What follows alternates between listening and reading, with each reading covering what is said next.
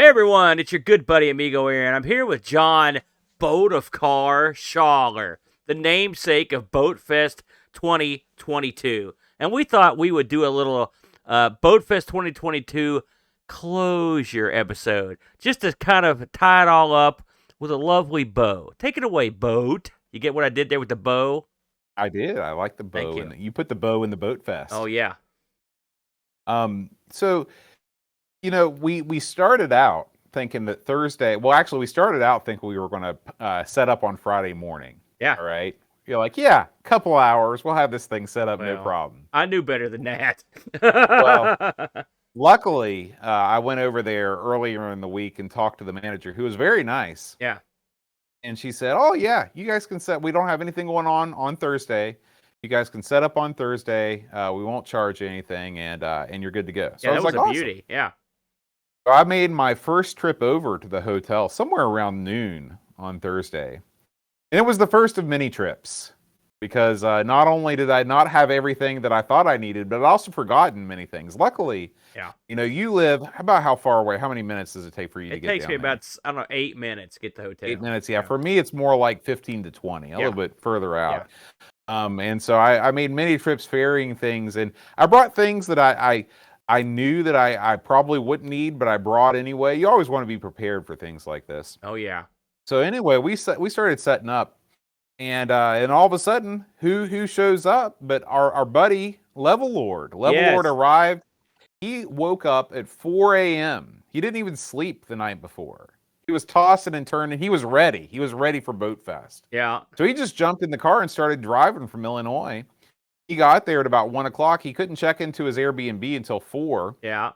So we got a chance to talk to him. He set up his monster computer. Hold on a second. X5000. You're underselling all this. Okay, back up. So I'm standing in, and this huge giant lumbers in.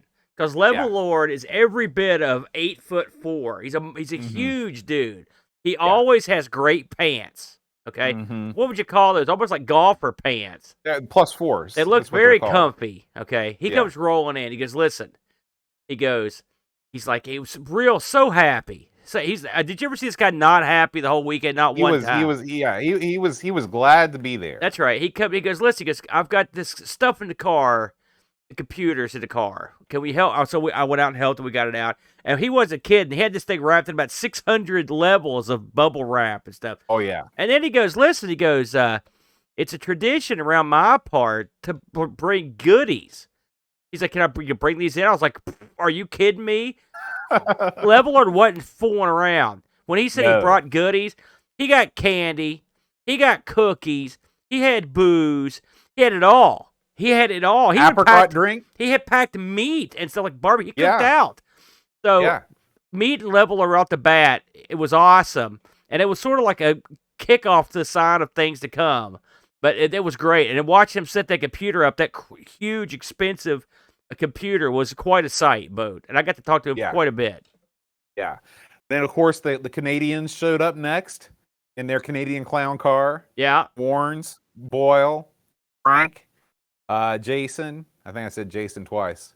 Yeah, you said was the Warnes. fourth Canadian? There were 3 Canadians. Okay, there was Laurent Giroux. We didn't meet up with him. He didn't make it. Yeah, he didn't make it down. So anyway, we head on over to the old Whiskey Taco. Yeah. And had a good pre-Boat Fest dinner. Yeah, that was great. Frank and the Brent joined us as well. Yeah. Right? Yeah, he was there. The Brent was there. And so we want to thank Frank for that dinner, and then we headed back over to the establishment. And then who shows up next? But Mr. Flack, rolls in. Actually, I think Flack was he at dinner as well? I think he was. No, he was not at dinner. Okay. He was not at dinner. Sorry. So anyway, then it feels like Boatfest. It feels like Boatfest has already started because there's like 10 people there. Yeah, because Pac Billy showed up with his brother, Rob. I think it was Rod. And he come lumbering in. Listen, the Thursday night, like you said, it was like a mini Boatfest. We were just cranking it up, getting everything set up. And I will say, listen, to everyone that showed up on Thursday, and the Canadians who got there, and thank you so much, because you guys really helped us out an unbelievable amount. The Canadian contingent really helped us at the end as well, getting stuff put up and clean. And so did a lot of the guys. Really, I don't want to single anybody out because Pack Billy's brother was there. There were a lot of guys were helping us. Petzel, everybody was there helping out, and we appreciate everyone for just helping us. I mean, we were 2 guys at Boatfest, but you guys helped make Boatfest not suck by really throwing us a hand. We appreciate that. That's right. That's right. So anyway, we're not going to go blow by blow over the whole weekend, but I will say highlights for me on Friday were once everything really got cooking, the early afternoon, and you started getting that ambience in the air. You heard people talking and laughing, and then underneath that you had all the computer sounds. You pointed it out to me when we were up. We were getting ready to start a show, and you go, listen to that. And you were a big grin on your face. You heard it. There's the noise. I was so happy. That's the buzz, Boat. Yeah. And so we did the shows. We did Ask the Amigos with all 4 of us on the panel. That was fun. That was real fun. And of course, we did Amigos. Then Saturday, it was just more of the same. It was just nonstop. I will say that Level Lord's bowl of cookies got smaller and smaller, and also closer and closer to one Frank from Retro Rewind over the course of the weekend. Yeah, he was sucking those bad boys down. Well, listen, the way the boys were working, Frank and Jason were really. I was worried.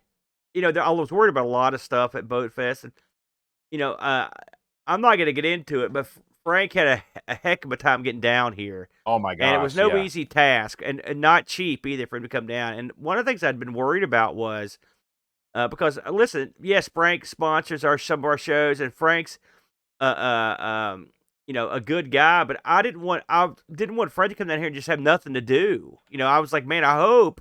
And I had tons of stuff back here that I didn't bring because I was like, I'm not going to bring anything unless we need it. And thankfully, Frank pretty much stayed busy most of the time, I think, which I felt like I didn't want Frank to do stuff, but he did jump into some Jeopardy and some stuff. But I mean, I don't want anybody that comes down to make some money to just get hosed, and so hopefully he made some money while he was down there, but he worked hard while he was down there, so that was cool.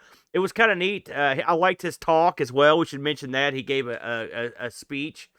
I really enjoyed Flack's Copy Fest speech. It was took me back. Flack is a great public speaker. Thank God we came on before him. That's right. I did that on purpose. Yeah. Highlights for me.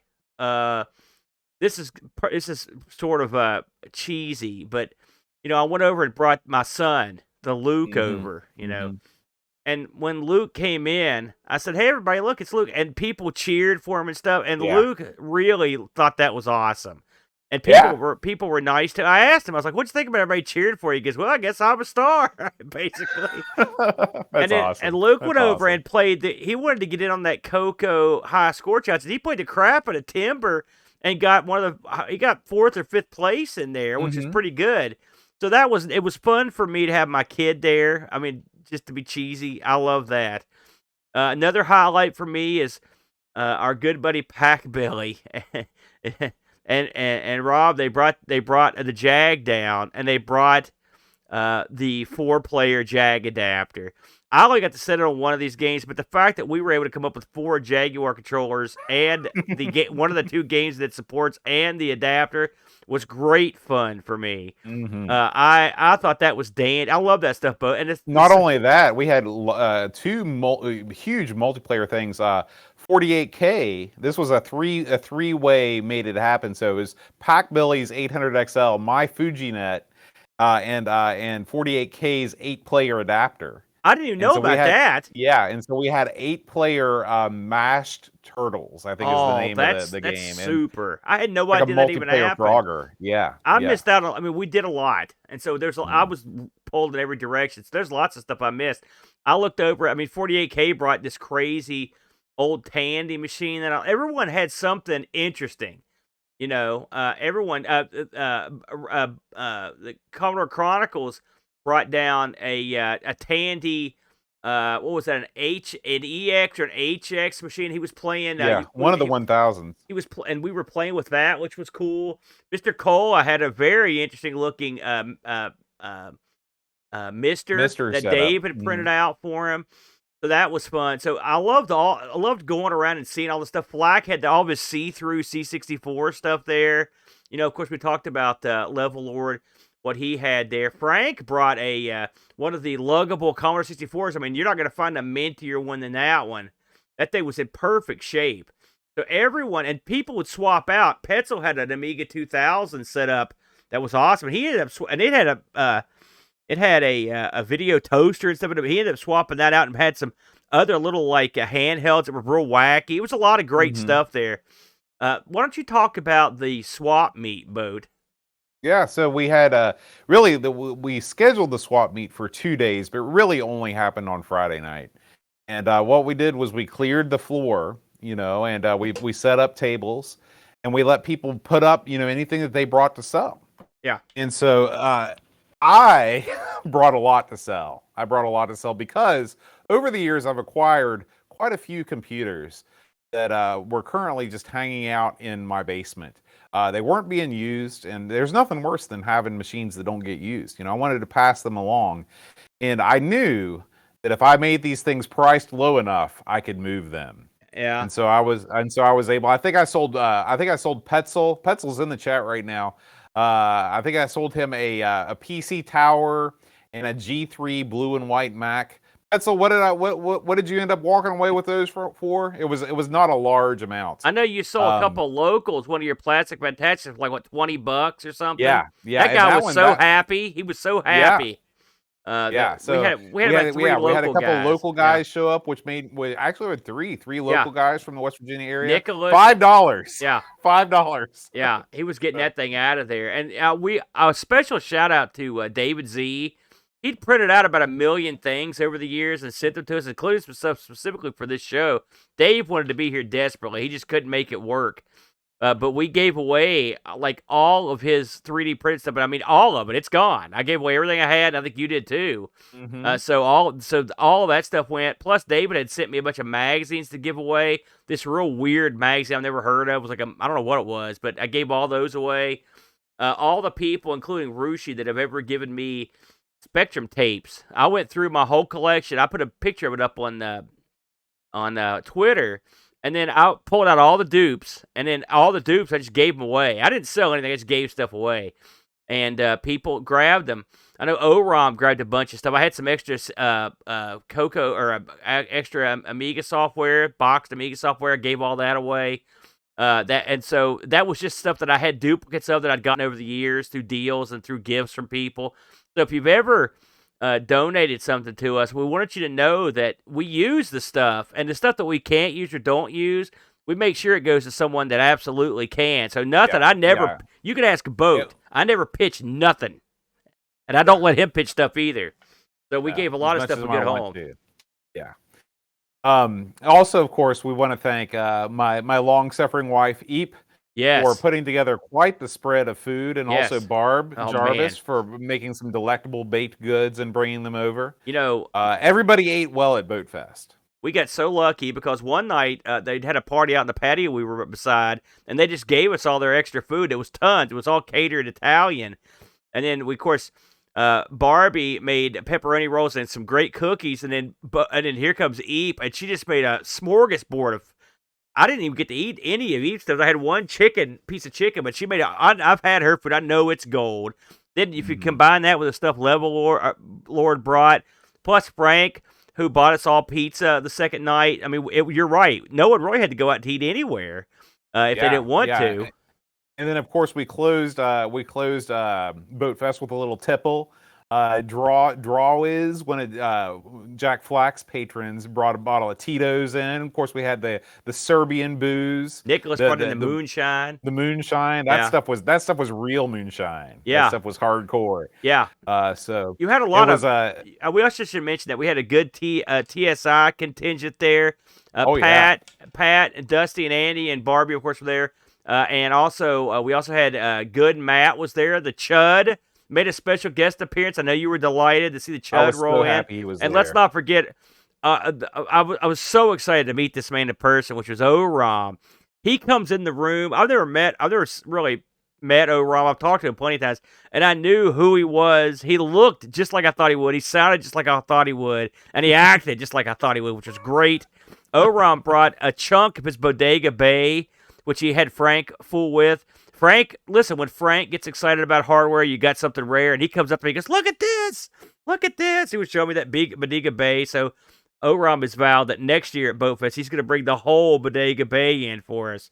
That should be a lot of fun. So, yeah, a great attendance. More than, would you say it was about what you expected or more or less than you expected to show up? Because it was, we were skirting the edge of the fire marshals. We couldn't go much further up. Here we could. I mean, technically, we could have fit more people in there, but it wouldn't have been comfortable. Yeah, we were at the peak. You couldn't. We had just enough people and stuff, to where we hit the wall.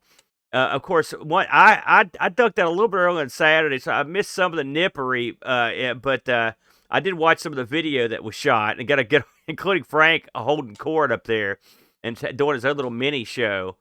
But then Sunday came around, and it was time to get serious, wasn't it, Boat?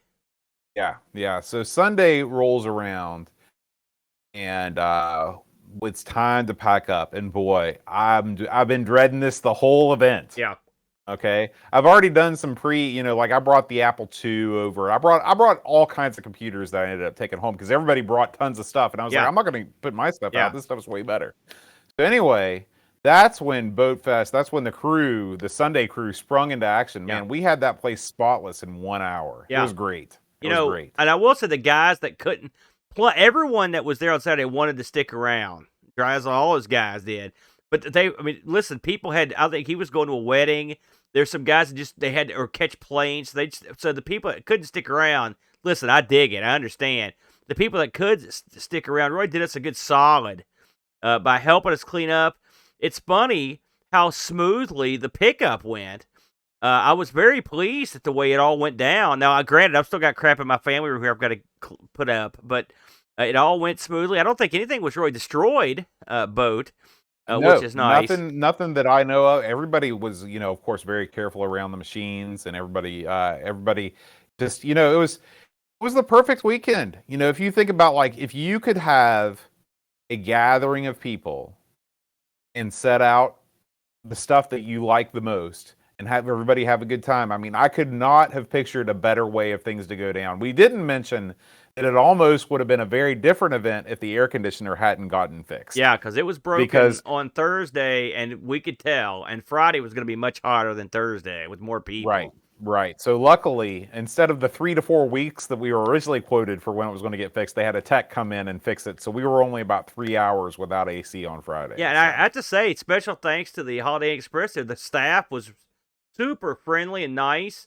Everyone that was there with us was super nice. The people that were giving us food, I've got nothing bad to say about the place, Boat, to be honest with you. I mean, I thought they did us pretty fair. I do want to say, Boat, you missed out on this, but on Sunday there was a little addendum, a little added bonus for the people that chose to stick around.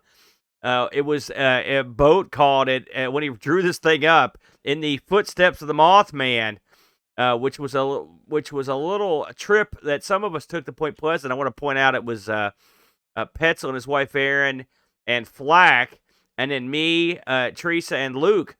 All went down. Teresa played a tour guide. We all went down to Point Pleasant. It's about a 30-minute drive from here. We piled in John Marshall, of course. I don't want to forget him. And John Marshall helped us out quite a bit this weekend. We definitely won't leave him out. But we all piled in, went down to Point Pleasant. We went to what are called the igloos down there, out in this bog.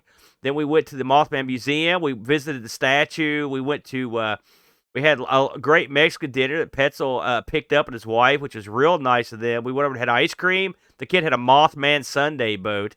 Then we went to the riverfront, looked around over there, looked at all the murals, hit a shop on the way out of town, and just barely beat the storms as we headed out of Point Pleasant to get everybody back to the house. So that was a load of fun. We had a real good time, about 5 hours, Boat, of doing that. And then I finished off Sunday with a great visit from Jack Flack. I'm quite a fanboy, as you know, and I'm not gonna lie to you. Hanging out with Flack was great for me. I love that guy.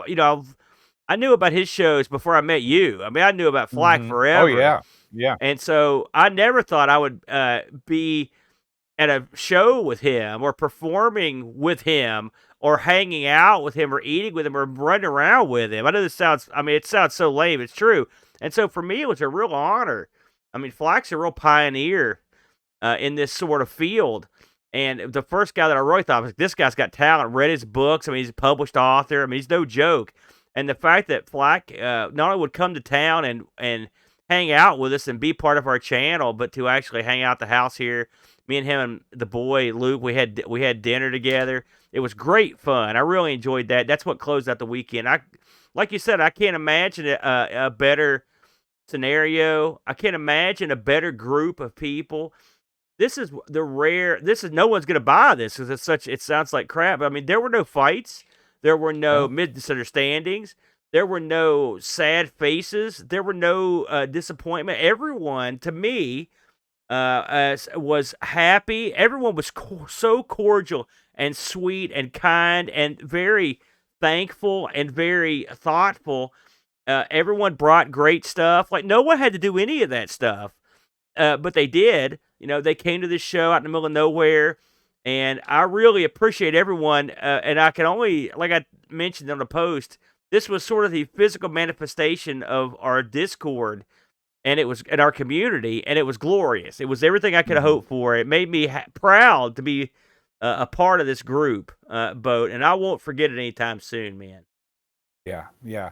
And I don't know if you mentioned this, but Frank also had a late night show after you had left. I late briefly night mentioned it, yeah. With Frank. Yeah. So we'll be sure and put that up on the Stream Team channel as well. Yeah, I'll dig that. Lots of nuggets of information. We should also mention some interesting karaoke. You know, Pack Billy demanded that I not post his thoughtful and heart-stirring rendition of the Humpty Dance.